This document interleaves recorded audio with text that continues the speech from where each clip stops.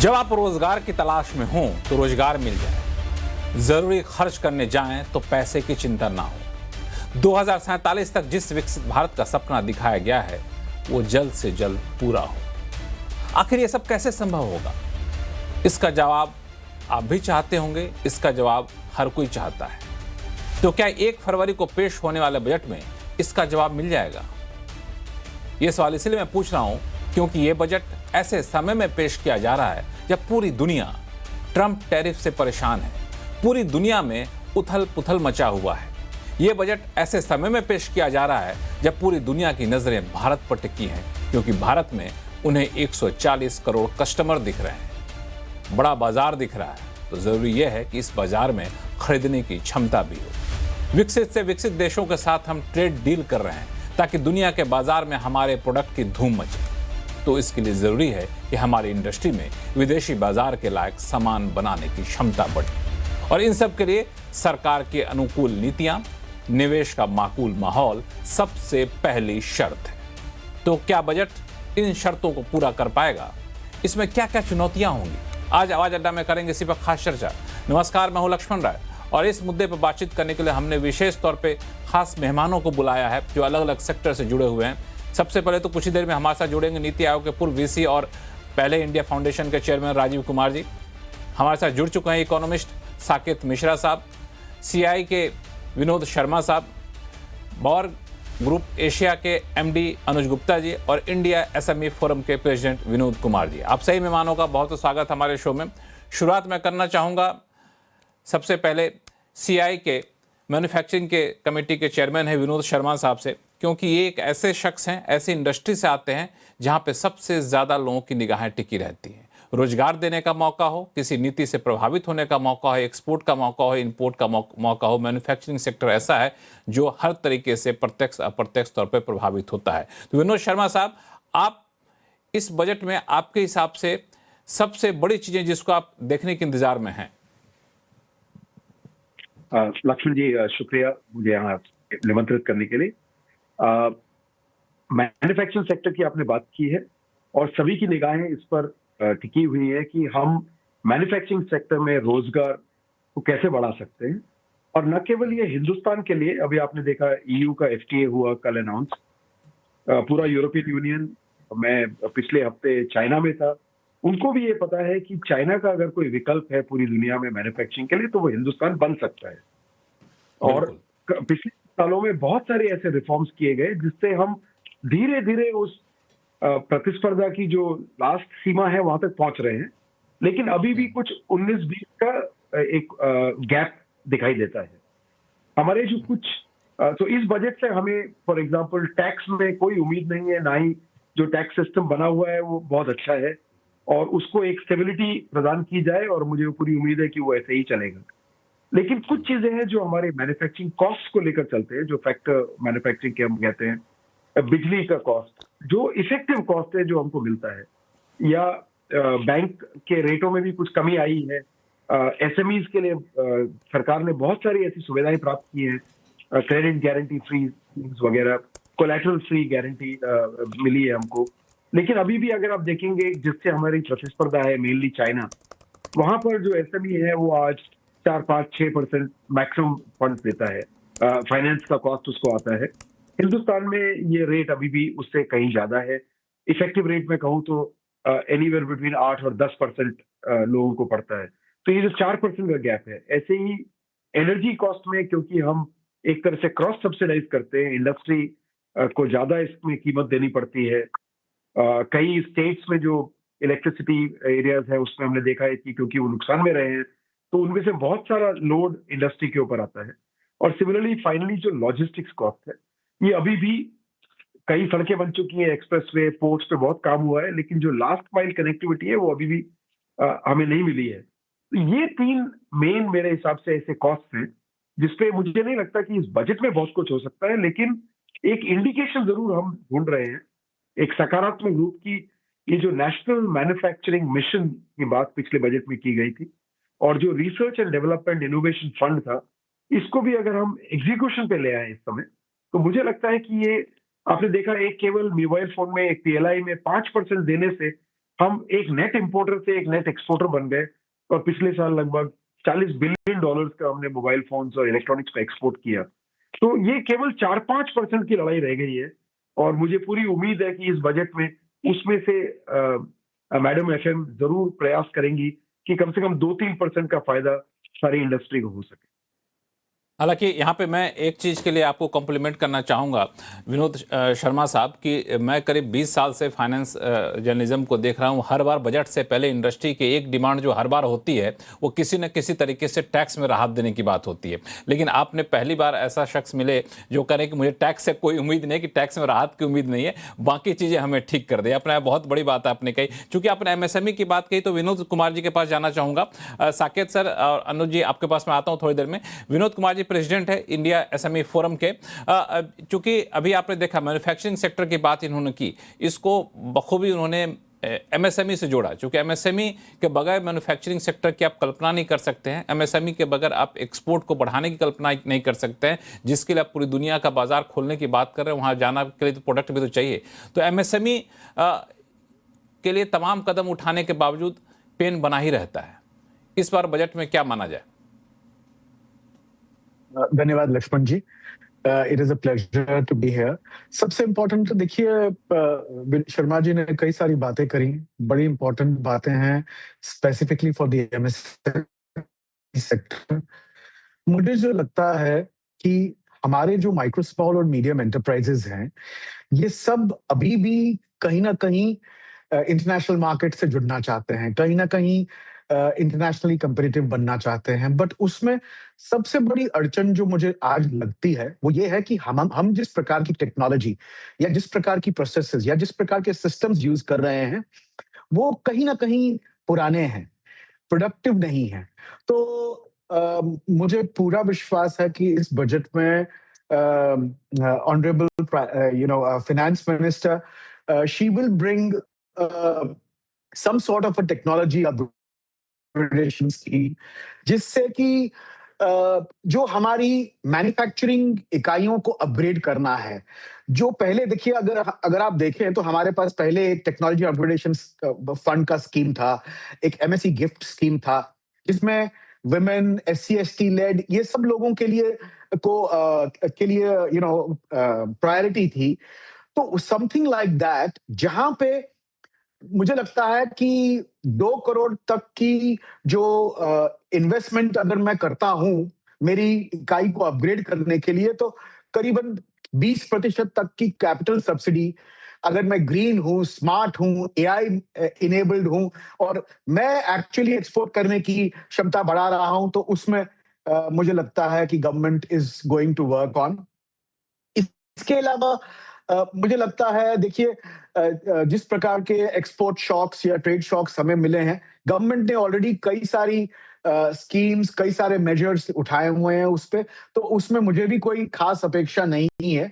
But मैं बड़ा clear हूं कि जिस प्रकार का आज हमारे पास अगर आप देखें तो we have a framework for rehabilitation, तो उसका मुझे लग रहा है कि एक version 2.0 government will bring in, जिससे कि जो हमारे इकाइयां हैं जो थोड़ी स्ट्रेस में हैं, तो वो उस स्ट्रेस से बाहर निकले। ये एसएमए फ्रेमवर्क जो है स्पेशल मेंशन अकाउंट्स का, उसमें से बाहर निकले और so we are able to provide them that sort of a thing. बिल्कुल, ये आपने बड़ा इंटरेस्टिंग पॉइंट आपने कहा विनोद जी, कि एक हमें माकूल माहौल यहाँ पे मिलना चाहिए। साकेत सर, दरअसल बड़ा इंटरेस्टिंग सा है कि बजट से पहले जो रियल प्लेयर हैं उनको बहुत ज़्यादा वित्तीय मदद, बहुत ज़्यादा इंसेंटिव, बहुत ज़्यादा टैक्स रिलीफ नहीं चाहिए। उनको एक माहौल चाहिए और जिस माहौल में वो अपने आप को विकसित कर सके।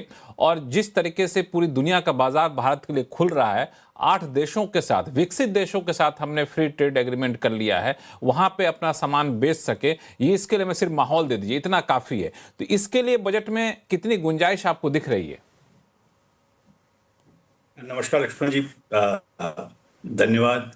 मैं थोड़े शायद कटु शब्द बोलूंगा तो मैं माफी अभी से चाहता हूं। पहली बात, अगर असिस्टेंस से सरकार के असिस्टेंस से, चाहे वो कैपिटल का हो चाहे कुछ और हो, उससे से अगर बिजनेस प्रॉफिट में जा रहा है तो मेरे हिसाब से वो कभी भी सस्टेनेबल पॉलिसी नहीं होती है।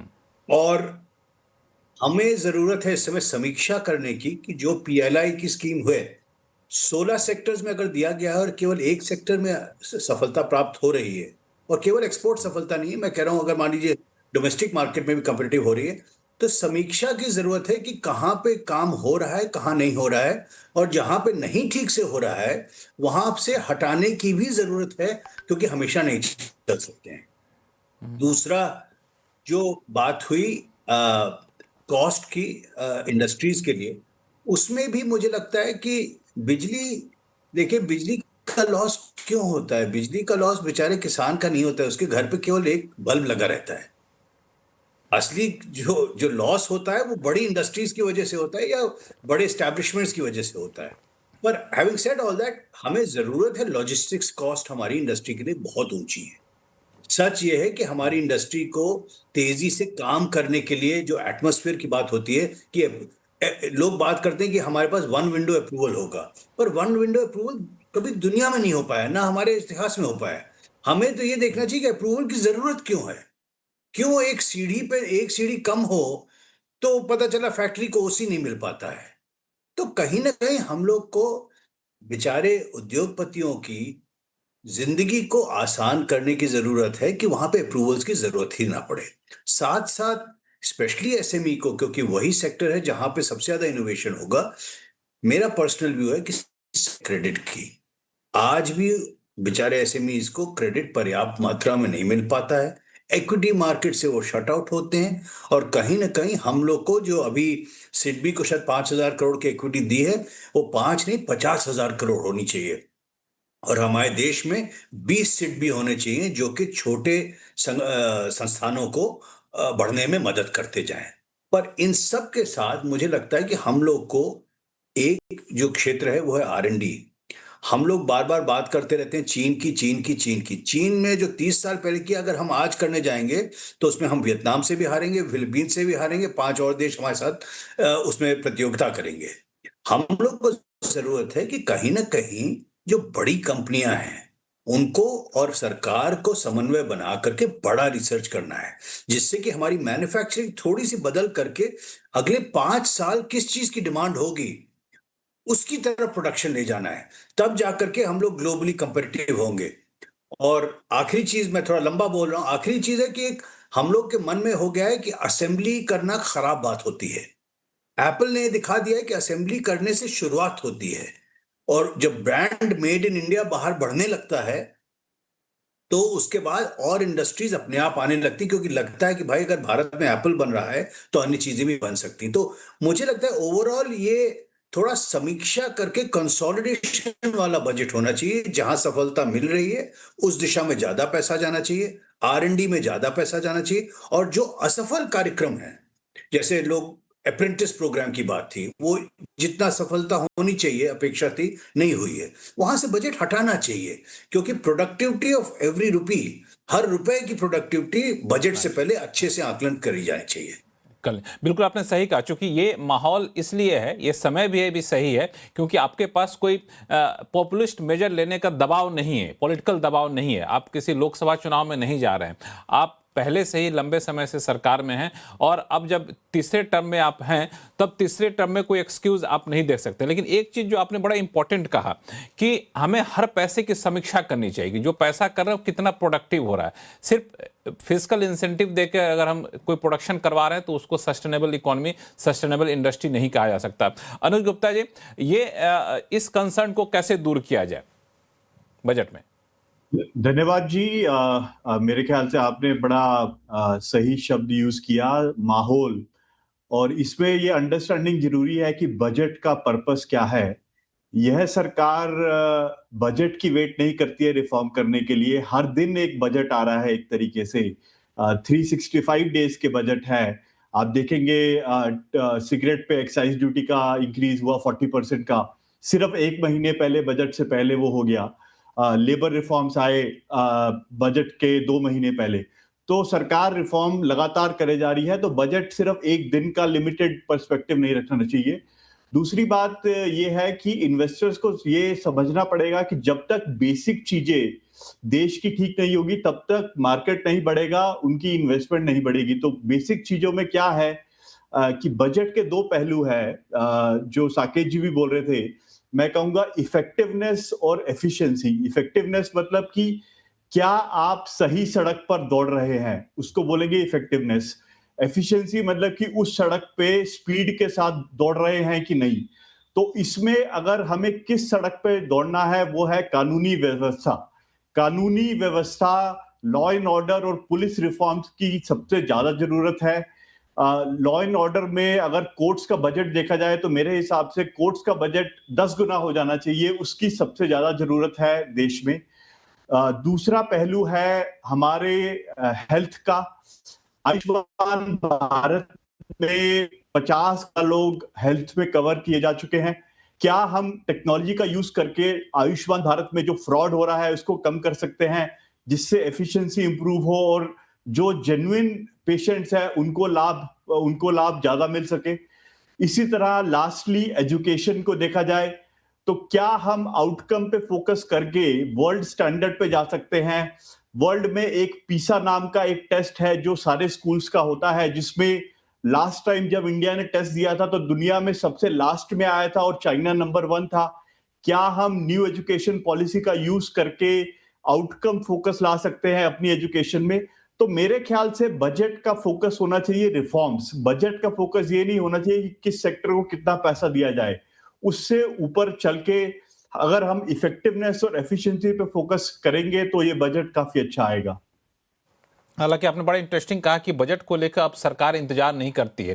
पहले टैक्स कट करना होता था, कोई बड़ा रिफॉर्म करना होता था तो बजट तक लोगों को इंतजार करना होता था, बजट में जाकर के उसको ऐलान होता था, एक बड़ी हेडलाइन बनती थी। अब सरकार साल में हर महीने कुछ ना कुछ बड़ा ऐलान कर रही होती है। जीएसटी रिफॉर्म किया गया, सिगरेट पे ड्यूटी लगाई गई, जो गौबा कमेटी की जो सिफारिशें हैं डीरेगुलेशन की, वो सिफारिशें हर दिन कुछ ना कुछ लागू होती जा रही हैं, उसके लिए किसी मौके का इंतजार नहीं किया जा रहा है। लेकिन बजट में आप इन सारे डिसीजन का ऐलान मत करिए, इन सारे फैसलों का ऐलान मत करिए, लेकिन आप एक विजन दे दीजिए कि हम इस विजन के तहत आगे बढ़ेंगे और इस सेक्टर में हम इस तरीके से आगे जाएंगे। तो उससे क्या होगा कि निवेशकों को पता चला है कि हम किस डायरेक्शन में जा रहे हैं, एक भरोसा यहाँ पे बनेगा। वो भरोसा जो है वो बहुत बड़ी चीज़ है, क्योंकि हम जिस तरीके से अपने बाजार को खोल रहे हैं तो बाहर के निवेशक यहाँ पर आए, उनको अट्रैक्ट करने के लिए हमें कुछ जरूरी कदम उठाने होंगे। ये एक इंटरेस्टिंग पॉइंट होगा जो हर कोई बजट में देखना चाहेगा। विनोद शर्मा साहब, हमारे पास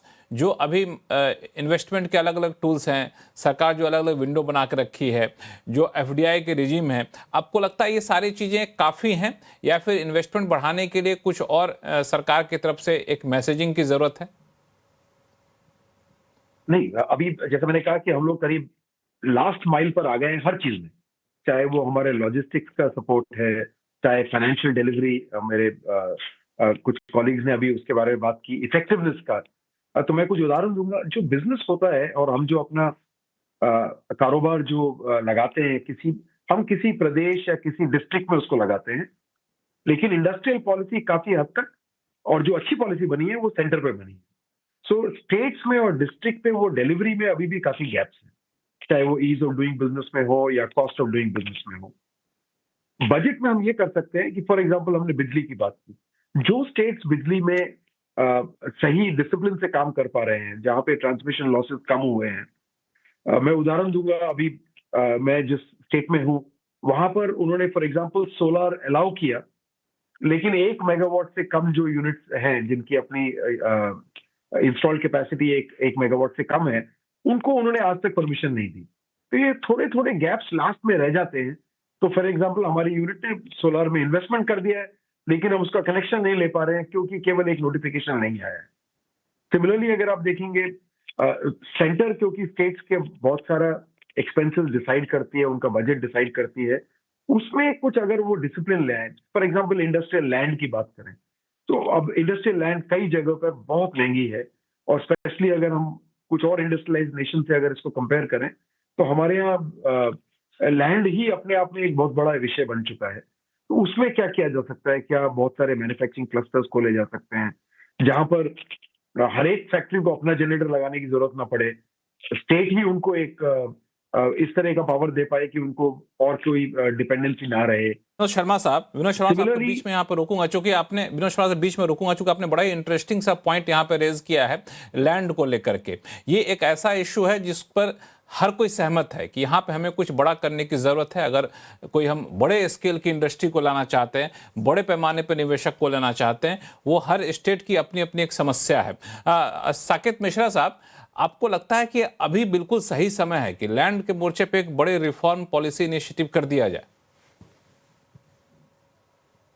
मुझे लगता है यूनियन बजट में लैंड रिफॉर्म करना मुश्किल है, क्योंकि ये अधिकतर इसका एग्जीक्यूशन, जो शर्मा जी बहुत सही बात कर रहे थे कि लास्ट माइल जो होता है वो स्टेट्स को देनी है, और हर स्टेट में अलग अलग हालात है। जैसे बिहार में जमीन की कमी है जो कि दी जा सकती है, तो मुझे लगता है इसमें जैसे जो नीति आयोग या किसी और उससे अगर प्रोत्साहन दिया जाए कि ये मानक हैं, इसकी बेसिस पे जमीन दी जाए, तो उससे हो सकता है उसमें कोई इंसेंटिव भी दिया जाए सेंटर की तरफ से, तो उससे प्रदेश जो है अनेक वो सही दिशा में चलेंगे। साथ साथ मुझे कम से कम घूमते हुए नॉर्थ इंडिया में जरूर ये लगता है कि इंडस्ट्रियल स्टेट्स बहुत सारे बने हुए हैं, पर इंडस्ट्रीज उनमें बहुत कम हैं। तो थोड़ा सा इसको भी चेक करने की जरूरत है कि कहां कहां पे यूटिलाइज नहीं हुई है और लोग केवल लैंड बैंक बना करके बैठे हुए हैं, उनसे वापस लेकर के जो असली उद्यमी हैं उनको जमीन देनी चाहिए। उससे भी मेरे हिसाब से जमीन रिलीज होगी। हाँ, बजाय कि ये कि आपने अपनी इंडस्ट्री के नाम पे जमीन ले लिया और बाद में उसको रियल एस्टेट के तौर पे कन्वर्ट करा लिया, तो फिर यहाँ पे जो लैंड ओनर वो भी ठगा हुआ महसूस कर रहा होता है, जो सरकार है वो भी यहाँ पे ठगा हुआ महसूस कर रहा होता है। तो ये एक बड़ा विनोद कुमार जी, आप लोगों को भी ये समस्या होती है क्या? बिल्कुल बिल्कुल लक्ष्मण जी, ये आई मीन जितनी भी बातें उठ रही हैं, आई एम रियली सरप्राइज कि actually government has already discussed all of these issues. अगर आप देखें पिछले बजट में माननीय वित्त मंत्री ने बात करी कि plug and play MSME industrial parks बनेंगी, बट मुझे लगता है कि जिस अभी तक उसकी स्कीम कोई आई नहीं, जहां पे वायबिलिटी गैप फंडिंग जो मिलनी चाहिए स्टेट्स को या प्रोजेक्ट्स जो डाल रहे हैं उनको, ताकि माइक्रो और स्मॉल एंटरप्राइजेस को ready to use modular factories मिले, शेयर यूटिलिटीज मिले, और वो एक ही जगह पे, मतलब आप देखिए माइक्रो और स्मॉल एंटरप्राइजेस को अपनी जमीन नहीं चाहिए, उनको ये चाहिए जगह मिले और वो बिजनेस चालू करें, तो वो मिसिंग है। दूसरी साइड से अगर आप देखें तो हर क्लस्टर में हमारे पास इतने सारे क्लस्टर हैं, करीबन 1700 क्लस्टर्स हैं इंडिया में जो इंडस्ट्रीज के हैं, बट अगर आप देखें टेस्टिंग, क्वालिटी सर्टिफिकेशन हमारे पास केवल 26 क्लस्टर्स में है।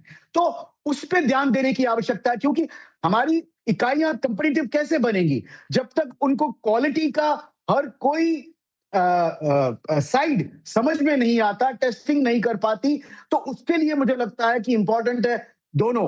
पहले तो plug and play MSME industrial parks, बिल्कुल सही बोला, जब आप इंडस्ट्रियल जो लैंड अवेलेबल है उसको यूटिलाइज करके आप कर सकते हैं बड़े इजीली से। और दूसरा, हर क्लस्टर में we need to have testing, quality certification, बहुत ही इंपॉर्टेंट इंफ्रास्ट्रक्चर है specifically for micro and small. ये सारी चीजें ऐसी हैं ना कि ये सारी ऐसी चीजें हैं जिसको बहुत बड़े चश्मे से लोग कई बार देखते नहीं हैं, लेकिन अब इस बात का एहसास सरकार को भी हो गया है। शायद यही वजह है कि जो कमेटी बनी है डीरेगुलेशन को लेकर के और इस तरह की दिक्कतों को दूर करने को लेकर के, तो जिस तरीके के कंसल्टेशन हो रहे हैं, जिस तरीके की सिफारिशें आ रही हैं, और उन सिफारिशों पर मतलब अच्छी बात है कि अमल शुरू हो गया है। भले ही अभी बड़े पैमाने पर उसकी घोषणा नहीं की जाए, लेकिन धीरे धीरे अमल शुरू हो गया, हर हफ्ते बैठक किया जाना। तो ये मुझे लगता है ये जो छोटी छोटी दिक्कतें हैं जो बड़ी परेशानी पैदा करती हैं, उस तरफ कदम सरकार ने बढ़ाना शुरू कर दिया है।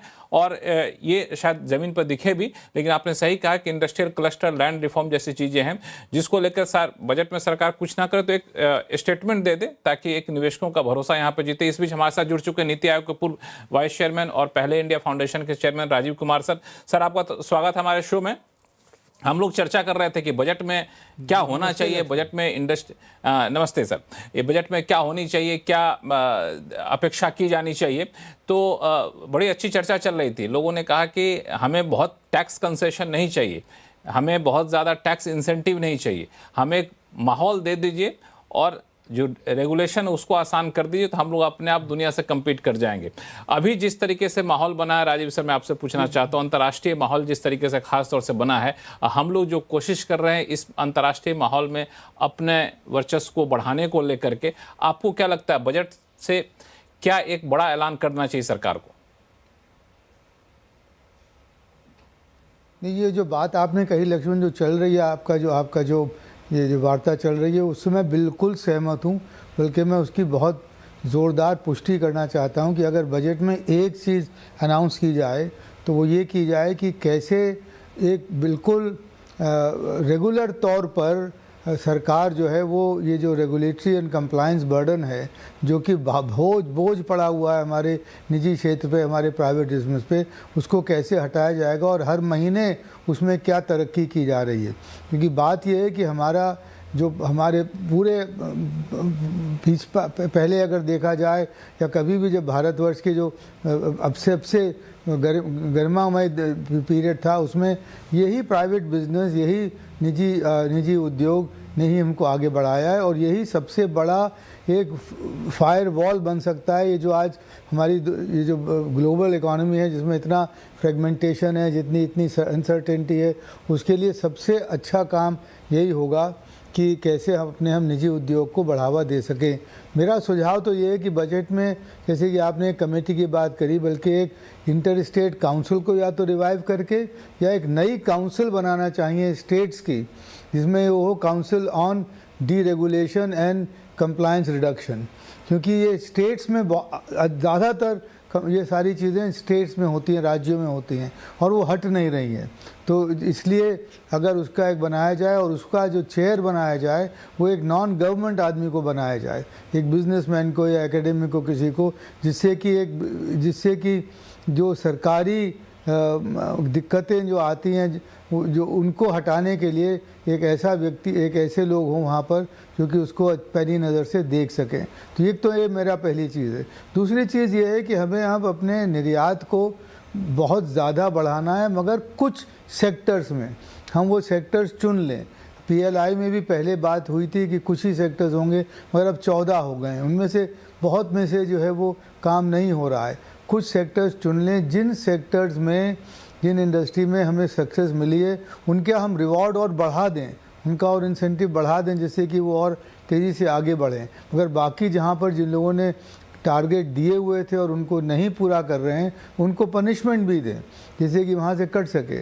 और तीसरी चीज़ हमें जो करनी है लक्ष्मण, वो ये कि हमें आज अपने देश में फॉरेन टूरिस्ट को बढ़ावा देने के लिए जो भी हम कर सकते हैं वो हमें करना चाहिए। सिर्फ 10 मिलियन से 1 करोड़ से कम आते हैं। स्पेन में 8 से 10 करोड़ आते हैं।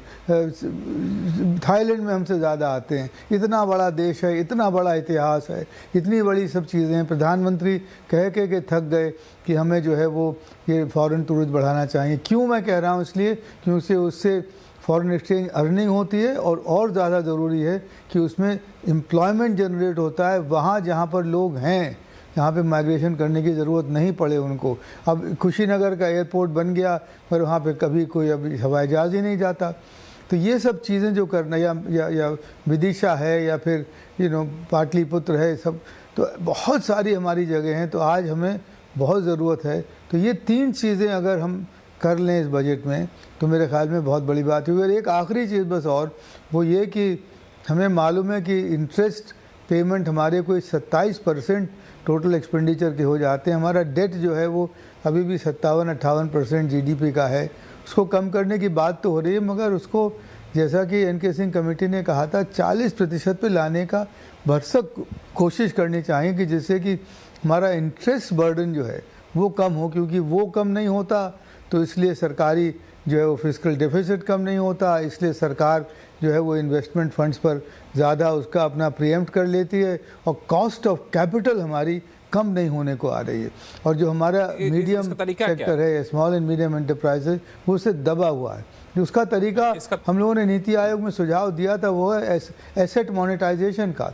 उसकी बात ही ख़त्म हो गई।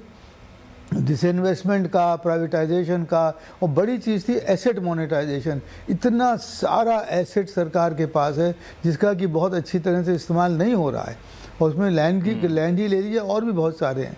तो उसका आज ज़रूरी है कि उसको करके अपना जो डेट है सरकार का उसको कम करें, जिससे कि पर कैपिटा डेट कम हो और कॉस्ट ऑफ कैपिटल कम होने को आए।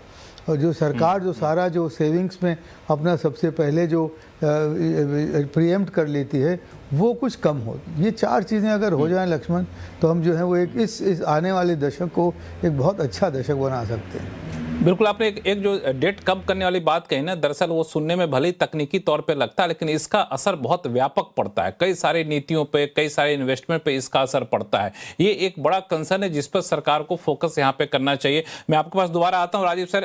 अनुज गुप्ता जी हमारे साथ बने हुए हैं। अनुज गुप्ता जी, ये दिक्कत कहाँ आ रही है? एक समय में बहुत जोर शोर से, आपको याद होगा, विनिवेश की बात होने लगी थी, बहुत जोर शोर से एसेट मोनेटाइजेशन की बात हुई थी, और एसेट मोनेटाइजेशन हुआ भी था, विनिवेश कुछ कंपनियों में हुआ भी, लेकिन अचानक से ऐसा लग रहा है कि सरकार रुक सी गई है, या फिर सरकार को लगता है इसमें जोखिम ज्यादा है। नहीं, जो मैं सुन पा रहा हूँ, राजीव जी ने बड़े स्पष्ट शब्दों में बोला कि ईज ऑफ डूइंग बिजनेस और cost of doing business, ease को बढ़ाना पड़ेगा, कॉस्ट को कम करना पड़ेगा। और इसमें मैं एक सुझाव देता हूँ जिसमें 1 रुपए का भी खर्चा नहीं होगा। आप देखते हैं कि कई बार भारत सरकार के सेक्रेटरी या ऑफिशियल्स डरते हैं कि इंडस्ट्री से नहीं मिलेंगे, कहीं नाम आ गया फाइल पे कि इससे मिले थे और इसके लिए कुछ काम कर दिया तो फंस जाएंगे। इनफैक्ट हालत ऐसी हो गई थी कि कैबिनेट सेक्रेटरी ने खुद लेटर लिखा सब सेक्रेटरीज को कि आप इंडस्ट्री से मिलो, समझो उनके बारे में क्या उनके इश्यूज है और उनको रिजॉल्व करो। तो अगर हम बाकी कंट्रीज को देखें, जैसे कोरिया में कैसे काम होता है, तो कोरिया में सरकार हर महीने एक दिन निश्चित करती है जिस दिन वो सिर्फ इंडस्ट्री से मिलते हैं, और उस दिन कोई भी इंडस्ट्री आके सरकार से मिल सकती है और अपनी बात कह सकती है, उसमें कोई लिमिटेशन नहीं। और अपने जो सुझाव है वो पहले एडवांस में गवर्नमेंट को देते हैं और गवर्नमेंट उन पे कमेंट करती है, और जो कॉमन चीजें होती है वो डिक्लेयर करती है उस दिन, और समझती है कि लोगों को और क्या चाहिए। और अल्टीमेटली देखिए, सरकार एक मिनिमम गवर्नमेंट के मोटो को लेके आगे बढ़ना पड़ेगा। अगर हम सोचते रहेंगे कि सरकार ही लैंड देगी, सरकार ही क्वालिटी निश्चित करेगी, सरकार ही सारा काम करेगी, तो मेरे को लग रहा है कि हम थोड़े से रिग्रेसिव हो रहे हैं और पीछे जा रहे हैं।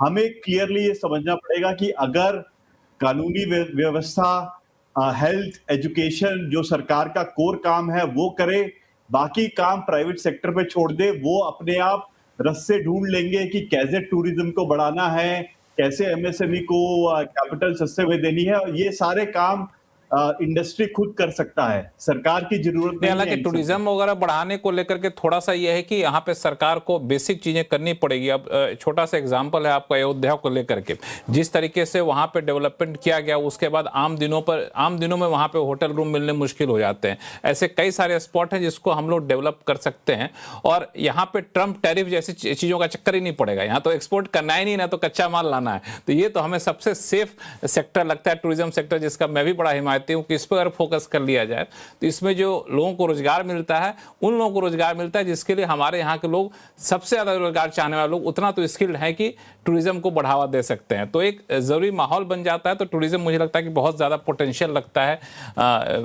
विदेशी मुद्रा के लिए, रोजगार के लिए। लेकिन जो एक बात राजीव सर ने कहा वो था आपको डेट कम करने के लिए, और रास्ता उन्होंने बताया एसेट मोनेटाइजेशन और डिसइन्वेस्टमेंट। साकेत मिश्रा साहब, इस पे सरकार क्यों रुक गई? आपको क्या लगता है? इसमें थोड़ा सा पॉलिटिकल रिस्क मुझे लग रहा था, तो कोई बीच का रास्ता है क्या कि पॉलिटिकल रिस्क को भी मिनिमाइज किया जा सके और इस तरफ आगे बढ़ा जा सके? लक्ष्मण जी, पहले तो मैं अनुज जी को मतलब उनसे मैं, अगर मेरे पास 4 अंगूठे होते तो मैं 4 थम्स अप करता, पर जो उन्होंने कहा है कि मिनिमम गवर्नेंस होनी चाहिए, होता क्या है दिन प्रतिदिन, शुरुआत में तो मिनिमम गवर्नेंस होती है, पर उसके बाद वापस मतलब शायद ब्यूरोक्रेट्स को पसंद नहीं आएगा, पर वो वापस अपनी पूरी राजघराने को वापस स्थापित कर देते हैं। दूसरा एसेट मोनेटाइजेशन जो राजीव कुमार सर ने कहा, लगता है एक चीज साकेत जी, मैं एक चीज जोड़ दूं कि इसमें मुझे लगता है कि जब प्रधानमंत्री मोदी ने कहा कि ब्रिटिश जमाने की कई विरासत को छोड़ना चाहिए हमें, तो एक ब्यूरोक्रेसी के जो मौजूदा स्वरूप है वो एक बड़ा प्रायोरिटी में होना चाहिए, क्योंकि उसी स्वरूप पे आ रहे हैं तो लोग छोड़ना नहीं चाहते हैं अपने अधिकार क्षेत्र को। ये एक बड़ा इशू है। तो डिसइन्वेस्टमेंट, एसेट मोनेटाइजेशन केवल डिसइन्वेस्टमेंट नहीं है। जो सर कह रहे थे अभी, आपके पास हाईवेज अपॉन हाईवेज पड़े हुए हैं, आपके पास अन्य इंफ्रास्ट्रक्चर फैसिलिटीज पड़ी हुई हैं। अगर हम लोग वही पैसा मोनेटाइज करके उसको फिर से निवेश करें और इंफ्रास्ट्रक्चर इंप्रूव करने में, तो उससे ना डेफिसिट बढ़ेगा और हमारा इंटरेस्ट बर्डन भी कम होगा। तो इनोवेटिव तरीकों की जरूरत है कि किस तरह से हम करें। मान लीजिए हमें बेचना नहीं है, एक हाईवे लेट्स से नोएडा से जाके आगरा तक का है, उस हाईवे में सरकार के 100 रुपए लगे हैं। मैं कहता हूं कि यहां से आगरा तक के लोगों को अगर निवेश के लिए दिया जाए कि इस हाईवे की प्रोसीड्स पे बॉन्ड एक इशू होगा जिसको आप लोग खरीदें और उसको 7% पे मिलेगा, स्ट्रेट अवे आदमी खरीद लेगा, क्योंकि कहेगा मेरे घर के बगल में सड़क है, उसमें मैं बॉन्ड देने को तैयार हूं, क्योंकि मैं देखता हूं सड़क पे गाड़ियां चल रही हैं। और उसका वो ये भी देखेगा कि नेता लोग जो कि फ्री में निकलते हैं उनको नहीं निकलने दिया जाएगा टोल से। तो तरीके बहुत हैं, लोकल लिक्विडिटी को इस्तेमाल किया जा सकता है इन सब चीजों के लिए। और जो ये सिर्फ हाईवे को क्यों, हाईवे ही क्यों, मेरा कहना हाईवे ही क्यों, हम जैसे मिसाल के तौर पर हमारे आपके घर में कुछ ऐसी चीजें पड़ी हैं जिसका हम इस्तेमाल नहीं कर पा रहे हैं, वो दिनों दिन खराब होता जा रहा है, उसको बेच करके हमें कुछ पैसा आ जाएगा तो हम जो अपना होम लोन, एजुकेशन लोन लिए उसको चुकाने में मदद मिल जाए, तो दिक्कत क्या है? राजीव कुमार सर, बहुत सारी ऐसी कंपनियां जिसका आपको इस्तेमाल नहीं है, बहुत सारी कंपनियां जिसके पास बतेरे जमीन पड़ी हुई है जिसका कोई इस्तेमाल नहीं होता, रेलवे की बहुत सारी जमीन पड़ी हुई जिसका कोई इस्तेमाल फ्यूचर में नहीं है, तो उसको आइडेंटिफाई करके उसको बेचने में, मोनेटाइज करने में दिक्कत क्या है? नहीं, मुझे तो लगता है कि कोई राजनीतिक सवाल भी इसमें नहीं है, कोई राजनीतिक परेशानी भी नहीं होगी, कोई इसका ऑपोजिशन नहीं होगा, क्योंकि ये सारी वो चीज़ें जिनका इस्तेमाल ही नहीं हो पा रहा है या इस्तेमाल हो रहा है तो बहुत ही इनएफिशिएंटली हो रहा है, तो उसको अगर हम इसको मोनेटाइज करें और उसमें हमारे अपने पूरे देश की पूरी मैक्रो इकोनॉमी की सूरत बदल दें, मतलब कॉस्ट ऑफ कैपिटल कम कर दें, जिससे कि हमारा जो सरकार का जो टेक है सेविंग्स पर, हाउस होल्ड और कॉर्पोरेट सेविंग पर, वो अगर कम हो जाए तो इससे अच्छी बात क्या हो सकती है।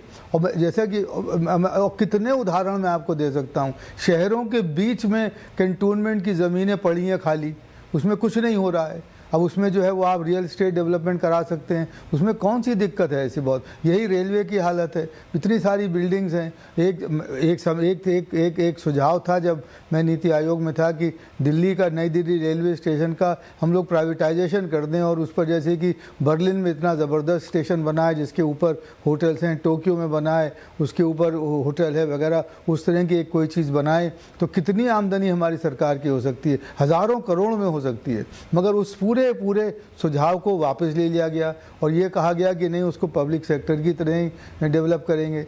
मेरे ख्याल में ये वो कदम है जो कि जिसका कि समय आ गया है और इसके लिए एक बाकायदा एक ब्लूप्रिंट तैयार करना चाहिए और हम कहीं से भी शुरू कर सकते हैं। अब HMT की बिल्डिंग्स हैं बेंगलोर में, हल्द्वानी में और कई जगह पर खाली पड़ी हैं, जर्जर हो रही हैं, उनको क्यों हम रखे हुए हैं? तो ये एक काम जो है वो हम करना चाहिए। मगर मुझे लगता है कि इसमें राजनीतिक कोई ऑपोजिशन नहीं होगा, मगर जो है वो ब्यूरोक्रेटिक ऑपोजिशन ज़रूर होगा। तो उसके लिए तो कई रास्ते हैं जो कि हम लोग जिनको निकालना चाहिए और वित्त मंत्री को इसके बारे में अनाउंस करना चाहिए और एक टारगेट बनाना चाहिए। अब मैं इस पे आगे चल के बाकी मुद्दों पे आऊंगा, लेकिन एक सवाल और आपसे पूछ लूं, फिर मैं ब्रेक पे जाना होगा मुझे राजीव सर, कि जब आप थे नीति आयोग में, जब आप इस तरह की सिफारिशों को पुश करते थे तो आपको कहां अड़चन दिखती थी? ब्यूरोक्रेटिक अड़चन दिखती थी कि पॉलिटिकल अड़चन दिखती थी?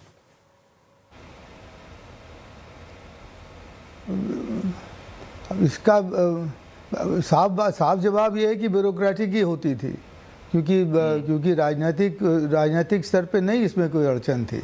और मगर बात यह है कि ब्यूरोक्रेटिक अड़चन काफ़ी मजबूत होती है और उसमें कई सारी चीज़ें कई सारे तर्क वो बना लेते हैं और दे देते हैं, जिसका कि हमें उत्तर देना का अवसर नहीं मिलता है, और उसी वजह से ये चीज़ रह जाती है। बिल्कुल, ये हालांकि ये शायद अब जो आप कह रहे हैं, अगर सरकार इस तरीके से आगे बढ़े तो इस बार बजट में डाइवेस्टमेंट को लेके, एसेट मोनेटाइजेशन को लेके अगर कोई नया टारगेट देती है, पिछले साल से ज़्यादा टारगेट बढ़ाती है और कैसे पूरा करेगी इसका कोई रोड मैप देती है, तो शायद एक बड़ी बात बजट की कही जा सकती है, बजट की बड़ी हेडलाइन कही जा सकती है। अभी चर्चा के दौरान जो बात अभी अनुज गुप्ता जी ने कहा भी, और साकेत सर ने भी इस पर थम्सअप किया कि प्राइवेट सेक्टर के साथ किस तरह से साझेदारी बढ़ाई जाए, ये एक बड़ा चैलेंज है, इसको हमें करना पड़ेगा। तो इस पे मैं दोनों प्राइवेट सेक्टर के लोग हमारे साथ जुड़े हुए हैं, मैन्युफैक्चरिंग सेक्टर से भी हैं, एमएसएमई सेक्टर से भी, उनसे भी पूछूंगा, लेकिन छोटा सा ब्रेक ले लेता हूं। ब्रेक के बाद आते हैं, तो आप सभी लोगों के पास आऊंगा दोबारा, कहीं जाइएगा नहीं। ब्रेक के बाद फिर से आपका स्वागत है। हम लोग चर्चा करें कि बजट में सरकार को ऐसा कुछ क्या करना चाहिए जो मौजूदा माहौल में भारत के विकास की रफ्तार को और ज़्यादा तेज प्रदान करे। ब्रेक पे जाने से पहले अलग राय निकल कर सामने आई थी। एक मुद्दा निकल कर आया था, वो ये कि निजी क्षेत्र की भागीदारी, साझेदारी को और ज़्यादा बढ़ाना होगा और मिल करके पॉलिसी रेगुलेशन पॉलिसी बनानी होगी ताकि निजी क्षेत्र का भरोसा यहाँ पर जुटे। ये एक मुद्दा है जिसपे मैन्युफैक्चरिंग सेक्टर और एमएसएमई सेक्टर के दोनों प्रतिनिधि हमारे साथ, उनके पास आऊँगा। लेकिन एक सवाल मैं राजीव कुमार सर आपसे पूछ लूं, फिर मैं बाकी मेहमानों के पास जाना चाहूंगा कि अभी एक सबसे बड़ी चिंता जो है वो ये है कि डिमांड कैसे बढ़ाई जाए इकोनॉमी में। जीएसटी कट किया गया, जीएसटी कट के बाद डिमांड दिखा भी, लेकिन अभी भी जिस लेवल का डिमांड चाहते थे सरकार, जिस लेवल का डिमांड चाहिए नए इन्वेस्टमेंट के लिए, वो आ नहीं पा रहा है। उसके लिए क्या कुछ किया जा सकता है? जी लक्ष्मण, बहुत ज़रूरी सवाल है, बहुत बड़ा मुद्दा, अच्छा बड़ा मुद्दा है। और हमारी जो एग्रीगेट डिमांड है, जिसको हम लोग के डिमांड एग्रीगेट डिमांड है, वो दो तरीक़ों से आती है। एक तो डोमेस्टिक इकोनॉमी से आती है और दूसरा एक्सटर्नल डिमांड मतलब एक्सपोर्ट से आती है।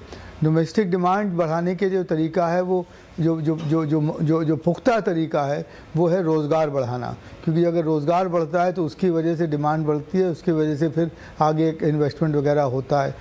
एक तो वो तरीका है। दूसरा, उसी में उस एम्प्लॉयमेंट को बढ़ाने के तरीके हमें ढूंढना चाहिए। मैंने आपको टूरिज़्म का उदाहरण दिया था, वो बहुत ही सटीक चीज़ है जिसको आप बढ़ा सकते हैं और उससे एम्प्लॉयमेंट फ़ौरन बढ़ता है, कंजम्पशन बढ़ेगा, डिमांड बढ़ेगा, इंफ्रास्ट्रक्चर की डिमांड बढ़ेगी, कंस्ट्रक्शन की डिमांड बढ़ेगी। इतने बैकवर्ड लिंकेजेस हैं उसमें जिसकी कोई बेइंतहा लिंकेजेस हैं। इसी तरह से रियल इस्टेट की तरीका है। अगर आप ज़मीनें प्राइवेट सेक्टर को मुहैया कर दें कम दामों पर, ना कि बेहिसाब जो आपके पास हैं ज़मीनें उनको मुहैया कर दें और उस पर रियल इस्टेट बनाएं, रेजिडेंशियल हाउसिंग और कमर्शियल, तो उससे भी उसके कम से कम 150 बैकवर्ड लिंकेजेस होते हैं और उससे डिमांड हर चीज मटीरियल्स की भी बढ़ेगी और एम्प्लॉयमेंट की भी बढ़ेगी। तो एक तो ये तरीका है। तो इसमें जीएसटी काटने से या और टैक्स करने से वो फ़ायदा नहीं है। आपको अपने देश का जो इन्वेस्टमेंट है, मगर और इसमें भी वही चीज़ है कि निजी क्षेत्र को कैसे प्रोत्साहन दीजिए कि वो ये टूरिज़्म और रियल इस्टेट में आगे बढ़े। मैं बहुत स्पेसिफिक आपको जो है वो सुझाव दे रहा हूँ। यही तरीका, निर्यात के बिना हम लोग नहीं चल सकते। ये मान लेना कि हम जो है वो करंट अकाउंट डेफिसिट इकोनॉमी हमेशा बने ही रहेंगे और हमारी करेंसी डिप्रिशिएट होती रहेगी, ये गलत है। अब अभी इस समय करेंसी डिप्रिशिएटेड है, हमारे को अच्छा मौका है, मगर इसको करने के लिए हमें बहुत केयरफुली 2, 3, 4 सेक्टर चुनना पड़ेंगे, इससे ज़्यादा नहीं। 14 सेक्टर से काम नहीं बनेगा।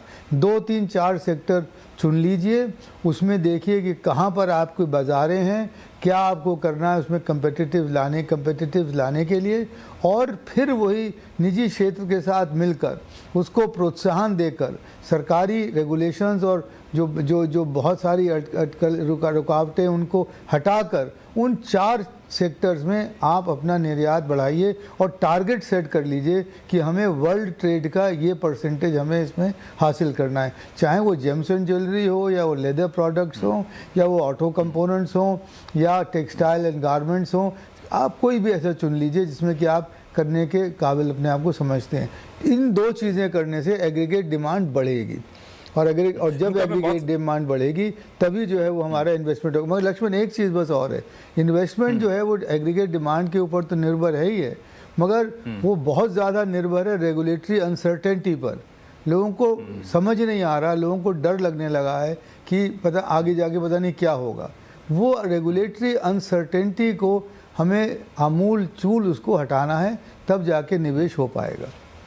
बिल्कुल, ये अनिश्चितता हट जाएगी, खासतौर से ऐसे माहौल में जब दुनिया में बाकी जगह अनिश्चितता है, वहाँ पे हम लोग एक आश्वासन दे देंगे कि हम लोग स्थायी तौर पे ये पॉलिसी इनिशिएटिव लेके चल रहे हैं, रेगुलेशन लेके चल रहे हैं, तो एक बड़ा भरोसा निवेशकों के बीच में आएगा। लेकिन एक चीज़ और जो आपने बड़ा सही कहा कि डिमांड बढ़ाने के लिए कई सारे उपाय करने होंगे, चुनिंदा सेक्टर को चुनना होगा। हर सेक्टर में आप अपने आप को आगे बढ़ा लेंगे संभव है नहीं।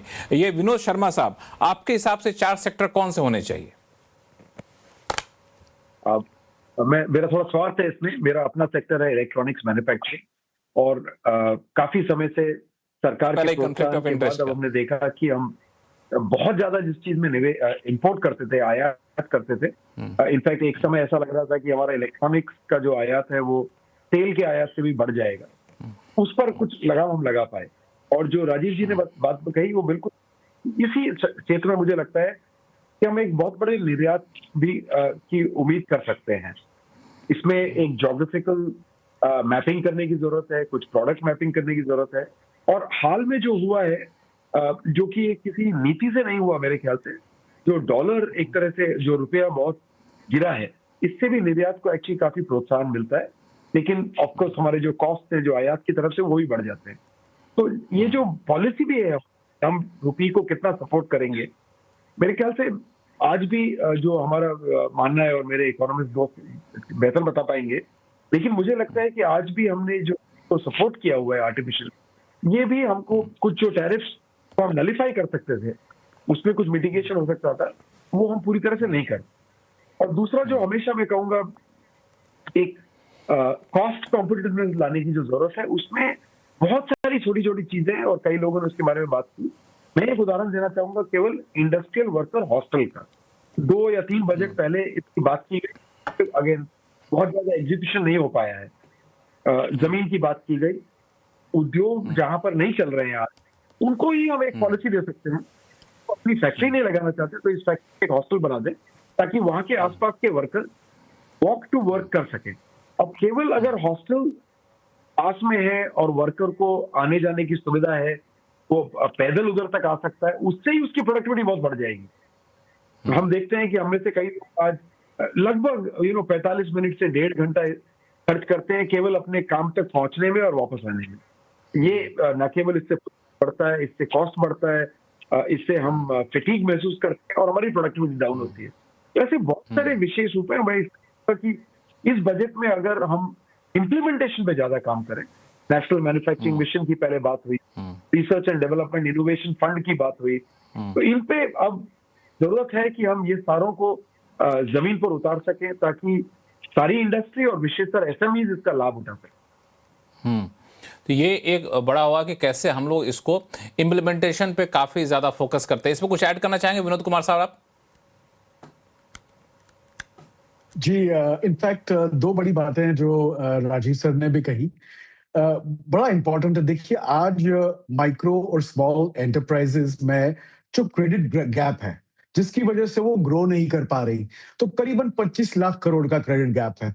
और एक्सचेंज से जुड़ी हुई बात करता हूं, हम लोग ने ऑलरेडी गवर्नमेंट ऑफ इंडिया को ये रिक्वेस्ट करी है कि हमारे यहाँ पे dedicated state level SME exchanges होनी चाहिए, चाहे फिर वो कोई वायबिलिटी गैप फंडिंग करे सेंटर, जिसमें मे बी 50 करोड़ की या 100 करोड़ की, ताकि लोग उनके स्टेट में ही, क्योंकि स्टेट में उनको ऑलरेडी लोग जानते हैं, स्टेट में ही crowd funding, directly investment in SME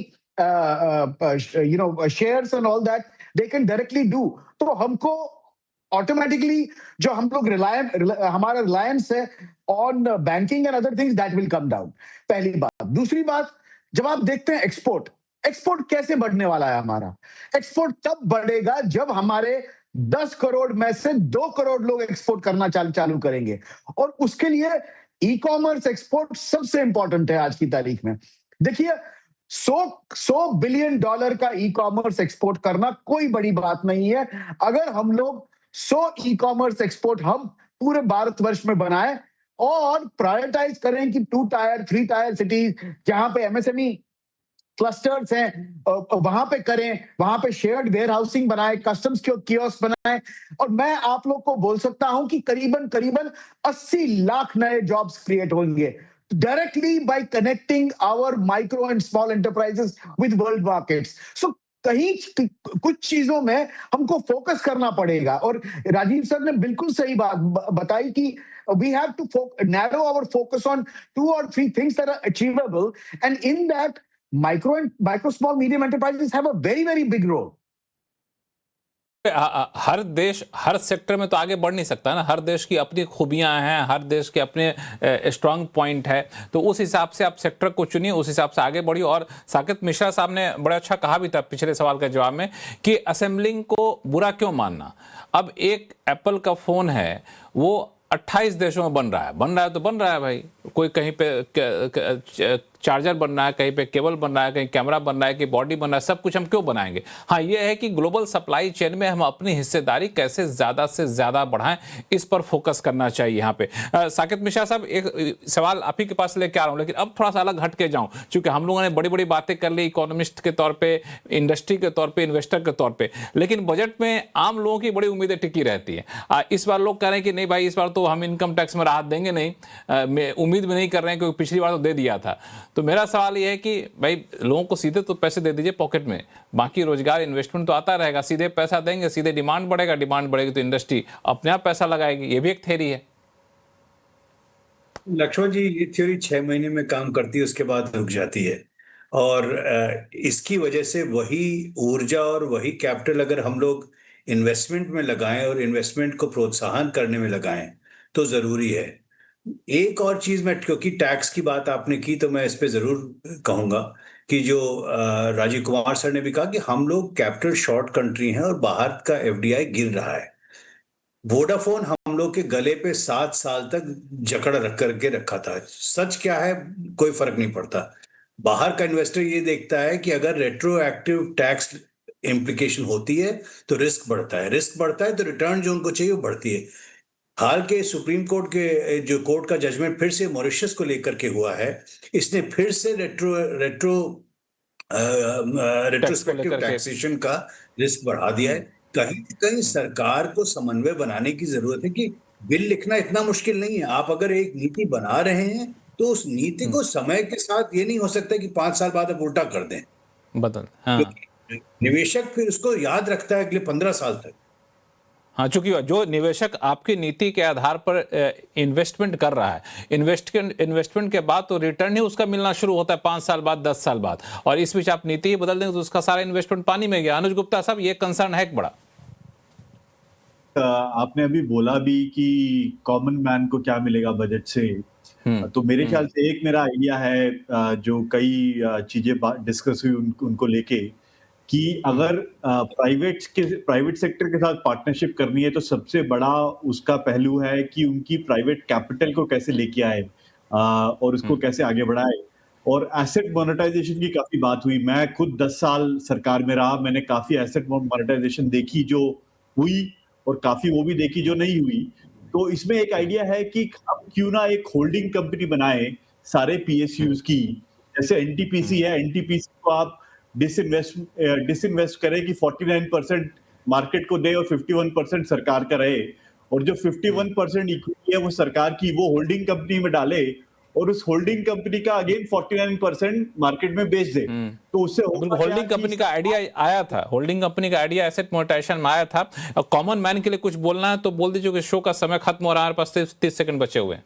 common man के लिए अगर वो कंपनी, होल्डिंग कंपनी का नाम रखो इंडिया, उसका टिकर पे नाम हो इंडिया, वो इन्वेस्टर को दो कि आप इन्वेस्ट करो भारत के फ्यूचर में, आपको बहुत कैपिटल मिलेगी और इन्वेस्टर्स को रिटर्न मिलेंगे। बिल्कुल, ये बहुत ही सही आइडिया इन्होंने दिया, इनोवेटिव आइडिया है, इस पर विचार किया जा सकता है। लेकिन आप सही मेहमानों ने बहुत ही तार्किक सुझाव दिए और बहुत ही अच्छे सुझाव आए हैं। अब देखते हैं कि 1 फरवरी को पेश होने वाले बजट में क्या कुछ निकल कर सामने आता है। आप सही मेहमानों का बहुत बहुत धन्यवाद हमारे शो में जुड़ने के लिए। आवाज अड्डा में फिलहाल इतना ही। देखते रहिए CNBC आवाज। नमस्कार।